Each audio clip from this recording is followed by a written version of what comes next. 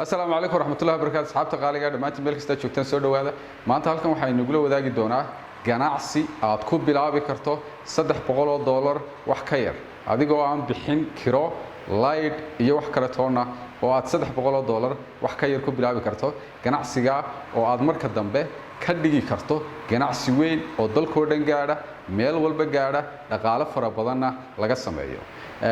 run ahaantii waan la soconaa adduunku inuu wax badan iska bedeleen oo social media age-kan aynu joogno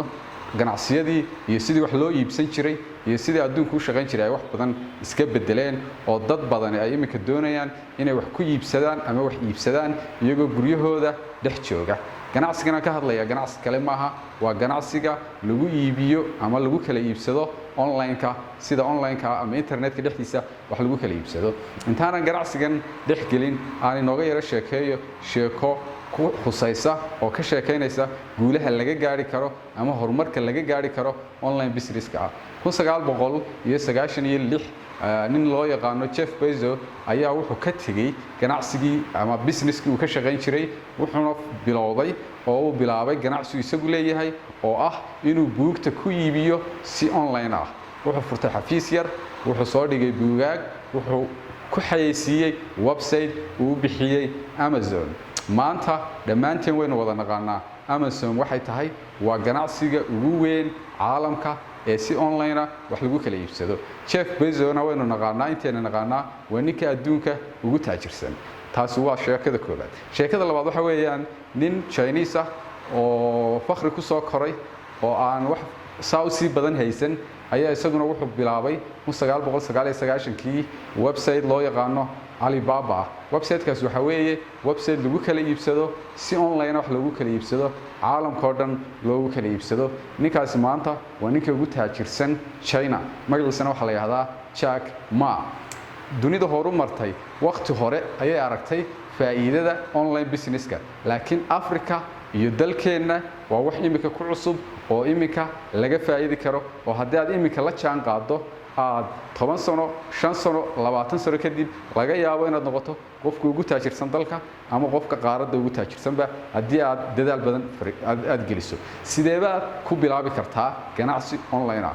run ahaantii bilowga ganacsi online aad buu sahlan yahay kharash aad u koobana uu kaaga baahan yahay inaad geliso waxaad ku bilaabi kartaa oo number 1 ah marka koowaad inaad soo hesho fikradii alaabta aad iibinaysid wixii aad iibin lahayd inaad ka fikirto haddaad dumarka wax ka iibinayso haddaad rag gaar wax ka iibinayso haddaad caruurta wax ka iibinayso iyo haddii aad qalab elektrooniga iibinayso marka koowaad waxa weeye fikradda ah inaad hesho maxaad iibinaysaa markaad hesho waxaad iibinaysay ee ay ku cadaato tiraahdo waxa iyo waxaas ayaan iibinayaa ama shandadahan iibinayaa ama kabahan iibinayaa ama dharka dumarka ama dharka ragga ay fikraddii ku soo baxdo qodobka labaad ee aad u baahan tahay waxa weeye in aad samayso meeshii aad ku soo bandhigi lahayd waxa aad iibinayso oo uu koow ka yahay Facebook page inaad samaysato Instagram page inaad samaysato WhatsApp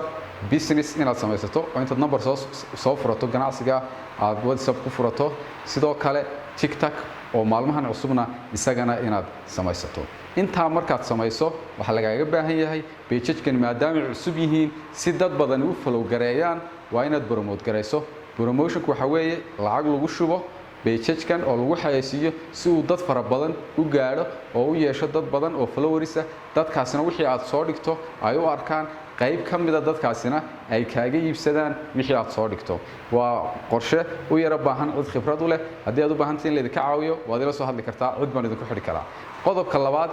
qodobka saddexaad waxa weeye markaad labadaas soo samayso inaad alaabtii soo iibiso alaabta aad doonaysay inaad meesha ku iibiso ee aad dooratay ayaad soo iibsanaysaa alaab aad fara badan marka hore ma soo iibsanaysid alaab $200 ama $150 leeg ayaad ka soo iibsanaysaa wholesaler-ka ama jumladlaha aad kuugu dhow ee alaabta haya alaabta markaad soo iibsato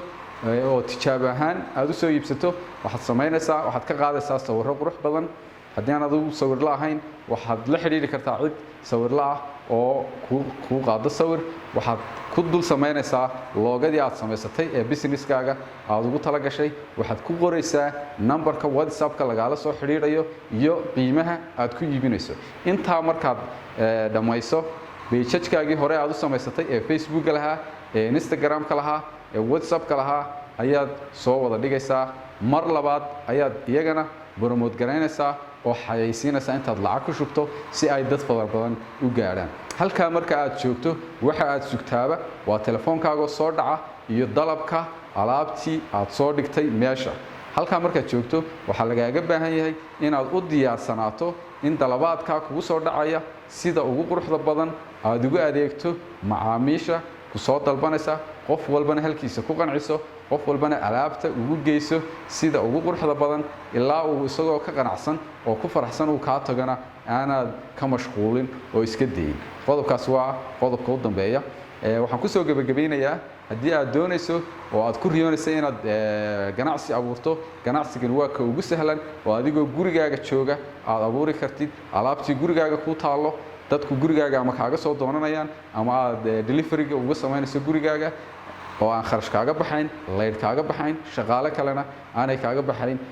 wax ka yar $300 aad ku bilaabi kartid waxaad u baahan tahay inaad customer-ka si fiican ugu shaqaysid si qofkii wax ka iibsadaaba uu mar labaad kugu soo noqdo ama saaxiibkii kuu sheego ta ugu muhiimsan ee kale aad u baahan tahay waxa weeye qof kasta oo kula soo xiriira ama wax ka iibsada waa inaad information-ka numberkiisa kala hadho oo aad meel xafidan ku save garaysato si marka labaad ee aad alaab cusub u keento aad ugu dirto ama markaad ku soo xayeysiiso WhatsApp-ka oo arko afarta qodob ayaan idin la wadaagayaa waxaan guul baan idin rajeynayaa wassalaamu calaykum warahmatullahi wabarakatuh